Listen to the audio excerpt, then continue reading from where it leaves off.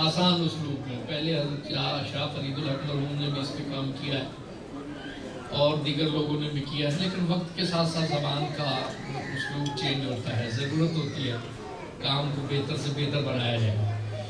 تو اللہ تبارک و تعالیٰ کے فضل و کرم سے اس ترجمے کی کمپوزنگ بھی مکمل ہو چکی ہے اور اس کی تدوین بھی ہو رہی ہے، اور اگر اللہ نے توفیق عطا فرمائی تو جتنی جلدی ممکن ہو سکا وہ بھی آپ کے ہاتھوں میں ہوگا. سبحان اللہ. تو یہ ایک پورا پروگرام ہے اور اس کی ضرورت یہ ہے کہ گویا کام کے اسلوب ہیں، کام کی کبھی بھی جہتیں ختم نہیں ہوتی.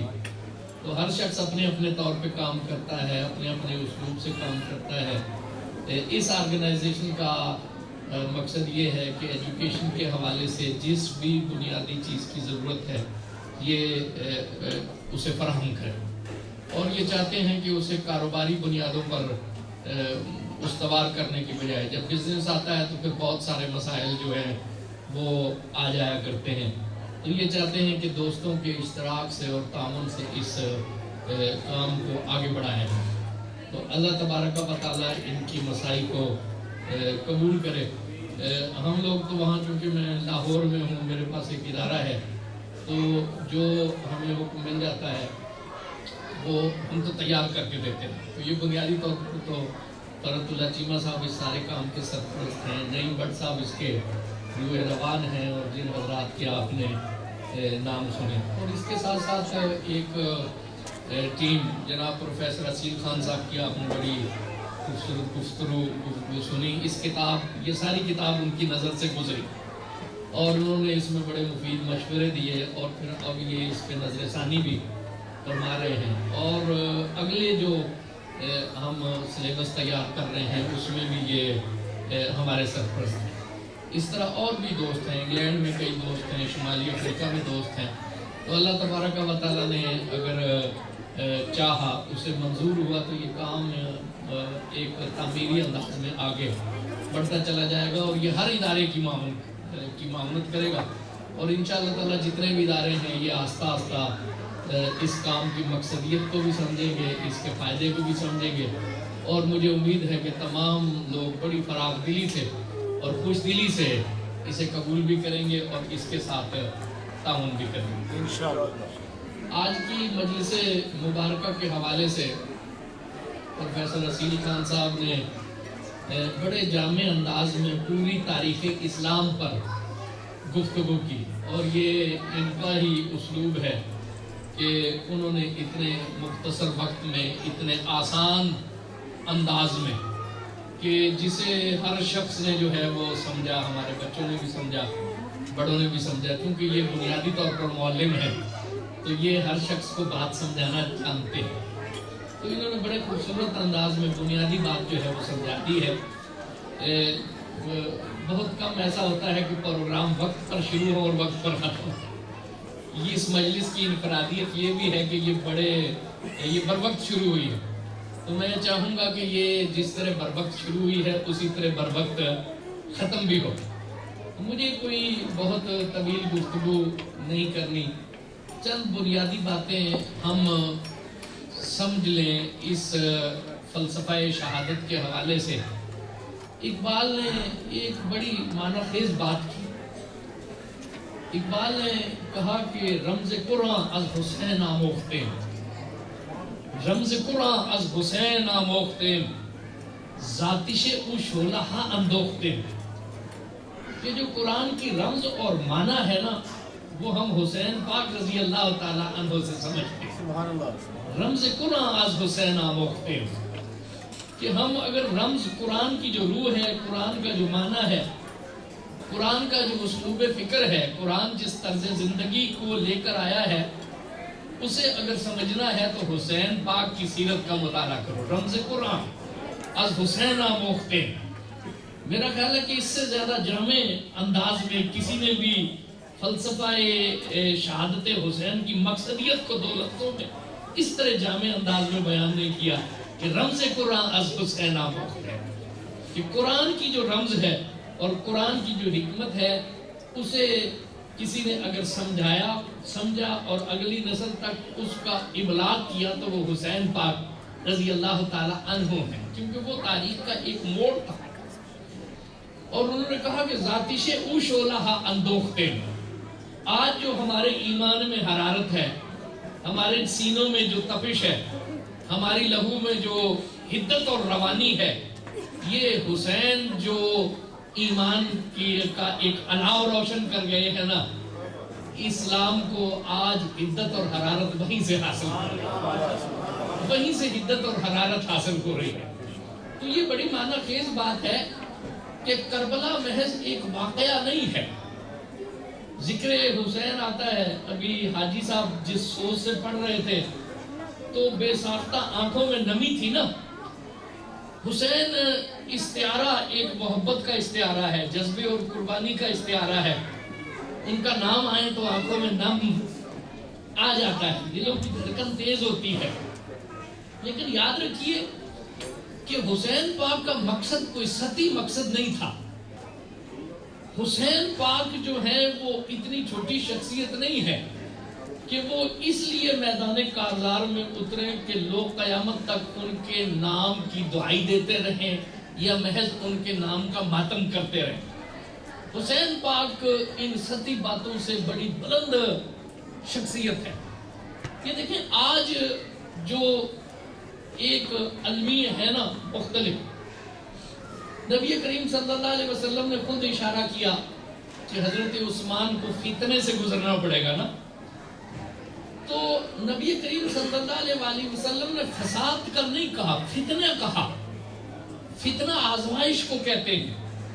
اگر آپ دور خلافت دیکھیں، قاری صاحب ہمارے پروفیسر صاحب بہت بلیغ اشارے کر گئے، بات کو بہت گہرائی سے یا تفصیل سے جاننے کا محل نہیں ہے۔ اس دور میں اللہ تبارک و تعالیٰ کی حکمت تکوینی ایسی تھی کہ سیدنا ابو بکر صدیق رضی اللہ تعالیٰ عنہ سے لے کر حضرت امام پاک تک جتنے بھی واقعات ہوئے ہیں، انہوں نے تاریخ اسلام کا اور اسلام کے مزاج کا ایک رخ متعین کر دیا ہے۔ جس شعر کو انہوں نے پڑھا نا، غریب و سادہ و رنگین ہے داستان حرم، نہایت اس کی حسین ابتدا ہے اسماعیل۔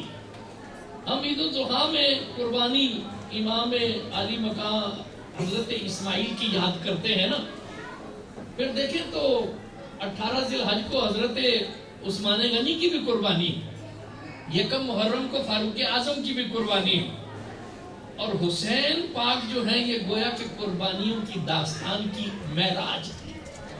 قربانی کی داستان کو معراج کربلا میں جا کر نصیب ہو گئی۔ تو یہ جو قربانیاں ہیں ان کے پیچھے یہ اس لیے نہیں ہے کہ یہ صرف داستانیں ہیں کہ انسان آنسو بہا لے اور کچھ رسمیں کر لے اور بری ذمہ ہو جائے۔ آج جو ایک المیہ ہے وہ یہ ہے، اور یہ المیہ آج شروع نہیں ہوا۔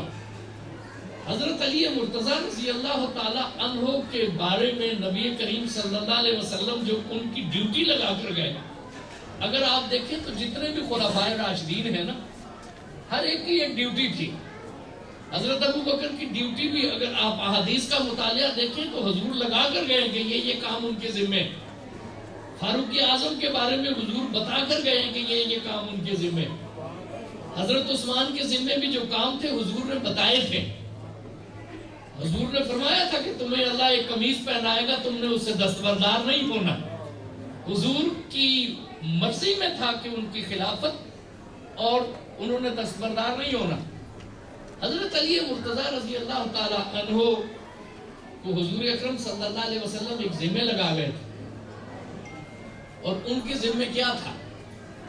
حضور نے ارشاد فرمایا کہ علی، آج تم قرآن کی تنزیل پہ جنگ کر رہے ہو، ایک وقت آئے گا تمہیں قرآن کی تعویل پہ جنگ کرنی پڑے گی۔ تم قرآن کی تنزیل پہ آج لڑ رہے ہو نا، ایک وقت آئے گا تم قرآن کی تعویل پر لڑو گے۔ حضرت علی کو حضور سے شجاعت ملی، اور دوسرا نبی کریم صلی اللہ علیہ وسلم نے انہیں علم کے شہر کا دروازہ قرار دیا۔ حضور کی حیات میں وہ شجاع رہے، اس کے بعد خلافت راشدہ میں علی مرتضیٰ فارغ نہیں رہے، علم کی جتنی بھی روایت ہے اس کو منضبط علی مرتضیٰ نے کیا، اس کو منضبط علی مرتضیٰ نے کیا. اور پھر اس کے بعد ان کی ڈیوٹی تھی، اور اس ڈیوٹی کا تعلق بھی علمی سے تھا کہ جس طرح تم قرآن کی تنزیل پہ لڑ رہے ہو تم قرآن کی تعویل پہ بھی لڑو گے. یہ ایک بڑی گہری بات ہے. خوارج پیدا ہو گئے. اللہ کی حکمت تکوینی ہے نا، لوگ صحابہ کرام کے اختلافات کو شخصیتوں کے اختلافات میں دیکھتے ہیں. میں کہتا ہوں کہ ان کے پیچھے اللہ کی ایک حکمت تکوینی بھی ہے. خوارج حضرت علی رضی اللہ تعالی عنہ کے دور میں ہی ظاہر ہوئے، اور وہ پورے اپنے ایک جو ان کا اسلوب فکر تھا نا، اور وہ آج بھی ہے، اس اسلوب فکر کو لے کر ظاہر ہوئے. اگر حضرت علی کے دور میں یہ ظاہر نہ ہوتے نا تو بعد میں ظاہر ہوتے تو بعد والے سمجھ نہ پاتے کہ ہم ان کا کریں کیا. جی ہم ان کا کریں کیا. علی مرتضیٰ کے دور میں وہ ظاہر ہوئے، اور ان کا اسلوب فکر کیا تھا؟ صحابہ کرام کے معاملات تھے نا، ہر ایک کا ایک موقف تھا.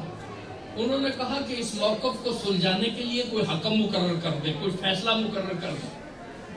کچھ بد دماغ پیدا ہو گئے. انہوں نے کہا کہ ان الحکم الا للہ، اے علی تم نے بھی کفر کیا، اور اے معاویہ تم نے بھی کفر کیا. تم نے کفر کیا کیا؟ اللہ کی کتاب موجود تھی، اللہ کی کتاب سے فیصلہ کرتے. تم جو ہے یہ لوگوں کو تم نے مقرر کر دیا ہے، لہذا تم نے کتاب کو چھوڑ کر جو انسانوں کی طرف رجوع کیا ہے نا، تو یہ تم نے کفر کر دیا. خارجی فکر کیا ہے کہ کتاب کو چھوڑ کر جب بھی کسی انسان کی طرف رجوع کرے تو کفر ہو جاتا ہے. اور یاد رکھو کہ وہ انسان میں رسول کو بھی گردانتے ہیں، صحابہ کو بھی گردانتے ہیں. جی شاید کہ اتر جائے تیرے دل میں. آج بھی دیکھ لیں کہ جہاں آپ رسول کی طرف رجوع کریں خارجی فکر نمودار ہو جاتی ہے. جہاں آپ صحابی کا نام لیں خارجی فکر کو تشویش ہو جاتی ہے. جہاں آپ امام کا نام لیں خارجی فکر کو تشویش ہو جاتی ہے. جہاں آپ ولایت کا نام لیں خارجی فکر کو تشویش ہو جاتی ہے. یہ خارجی فکر ہے کہ جب بھی کہ کتاب کو چھوڑ کر، حالانکہ کتاب کے لفظ ہیں، کتاب کو اللہ تبارک و تعالیٰ نے خود کتاب میں کہا ہے کہ جو راسخون فی العلم ہے وہ اس کتاب کی تشریح کریں گے. اللہ نے حکم دیا ہے کہ جو راسخون فی العلم ہے وہ کتاب کی تشریح کریں گے. اور سب سے بڑا راسخون فی العلم کون ہے؟ وہ رسول اللہ صلی اللہ علیہ وسلم. لوگ آج رسول کی تشریح کو تسلیم نہیں کرتے. وہ کہتے ہیں کہ حدیث تو ایک وقتی ضرورت تھی، وقتی ضرورت تھی. لوگ صحابہ کے فیصلے کو تسلیم نہیں کرتے، کہتے ہیں کہ وہ تو ایک وقتی ضرورت تھی.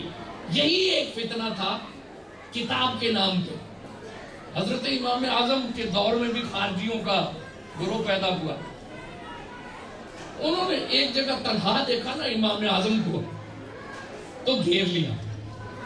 کہنے لگے کہ حضرت علی نے کفر کیا، حضرت معاویہ نے بھی کفر کیا. مطلب کیوں کفر کیا؟ انہوں نے کہا کہ انہوں نے اللہ کو چھوڑ کر انسانوں کو بیچ میں ڈال دیا اور کہا کہ تم فیصلہ کرو. آپ نے فرمایا کہ یہ ٹھیک ہے تمہاری یہ دلیل. انہوں نے کہا کہ آپ بھی کہیں. آپ نے فرمایا کہ ایسے تلوار پہ زور نہ مناؤ نا، مکالمہ کر لو. کہنے لگے ٹھیک ہے مکالمہ کر لیں. آپ نے فرمایا کہ ٹھیک ہے مکالمہ کرتے ہیں، لیکن مجھے ایک الجھن ہے کہ تم بھی دلیل دو گے میں بھی دلیل دوں گا. تو تم کہو گے میری دلیل ٹھیک ہے، میں کہوں گا تمہاری دلیل ٹھیک ہے. تو اس کا فیصلہ کون کرے گا کہ کس کی دلیل ٹھیک ہے؟ وہ کہنے لگے ہاں یہ تو مسئلہ ہے، پھر آپ اس کا کیا حل دیتے؟ امام اعظم نے کہا کہ ایسا کرتے ہیں، کسی سمجھدار آدمی کو منصف بنا لیتے ہیں جو یہ فیصلہ کرے گا کہ دلیل کس کی کبھی ہے. وہ کہنے لگے ہاں یہ ٹھیک ہے. تو امام مسکرایا. آپ نے فرمایا کہ حضرت علی نے اور حضرت امیر معاویہ نے کیا کیا؟ سبحان اللہ سبحان اللہ. آپ نے فرمایا کہ انہوں نے کیا کیا تھا؟ انہوں نے بھی تو یہی کیا تھا. اگر تم کر لو تو کفر نہیں ہے، اگر حضرت علی کر لے تو وہ کفر ہے. تو یہ دیکھو کہ زبانیں جب دراز ہو جاتی ہیں نا تو میں اور آپ کس کھیت کی مولی ہیں؟ باب مدینہ تو العلم علی مرتضیٰ پر اگلوں نے کفر کا فتنہ لگا دیا. ہم کون ہیں؟ تو یہ ایک وقت آج کیا ہے، آج آپ یہ دیکھیں کہ کسی بھی آپ شخصیت کا نام لے لیں تو کہیں گے کہ کتاب اللہ کی بات کرو، یہ شخصیت کیا ہوتی ہے؟